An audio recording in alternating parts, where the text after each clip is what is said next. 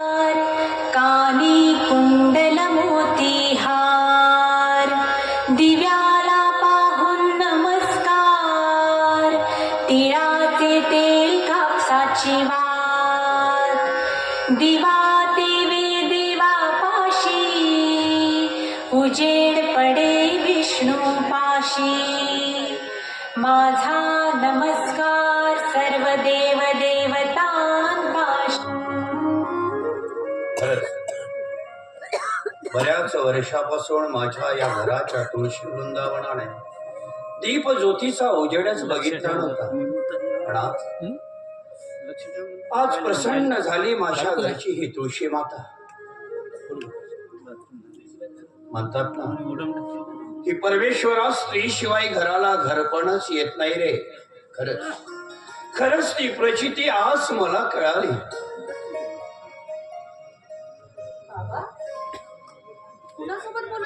कुणाशीच नाही ग.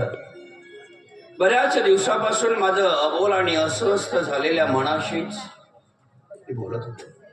तुला बघितलं आणि माझं अबोल मन बोलकं झालं.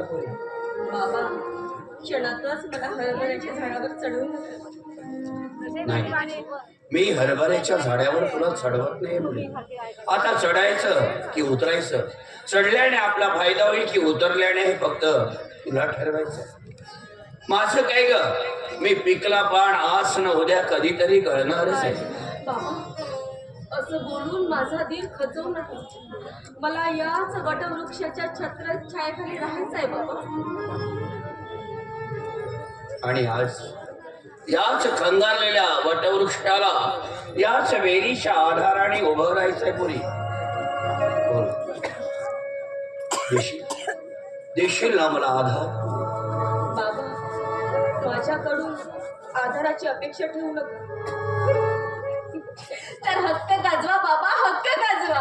मी तर तुमच्या हुकमाची गुलाम आहे. धन्य धन्य झालं पुरी.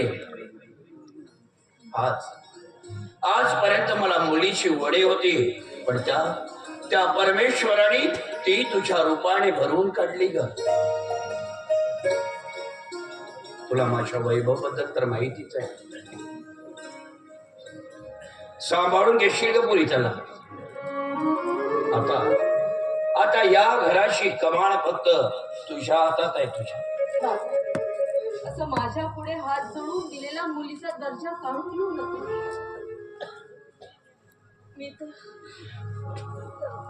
मी या घराला, या घरातील सर्व मंडळींना आपलं समजेन.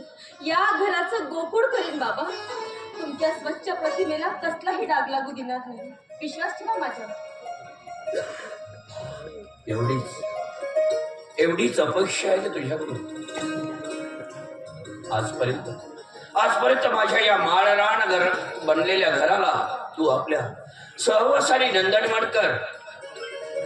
आणि मायेच्या मातृत्वापासून पोरका झालेल्या आणि स्त्रीच्या तिरस्काराने बेभान झालेल्या माझ्या वैभवला तू आपल्या स्त्री शक्तीने माणसात आण. मी त्यांना कशी माफ करू शकते? उलट माझ्या हातून काही चूक झाल्यास त्यांना मला माफ करायला सांगा बाबा. मी तर देवाच्या चरणात वाहिलेले एक फूल आहे. चुकलं म्हणून फेकून देऊ नका म्हणजे झालं. नाही पोरी नाही.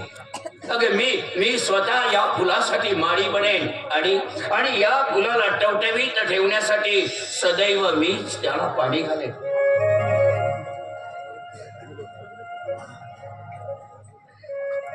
पोरी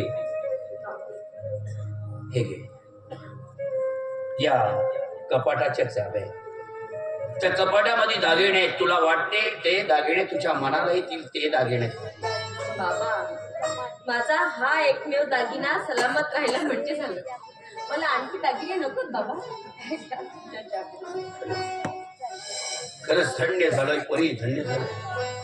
परमेश्वराने अरे मला जे पाहिजे होतं त्यापेक्षा अगदी भरभरून दिलंय, भरभरून दिलंय.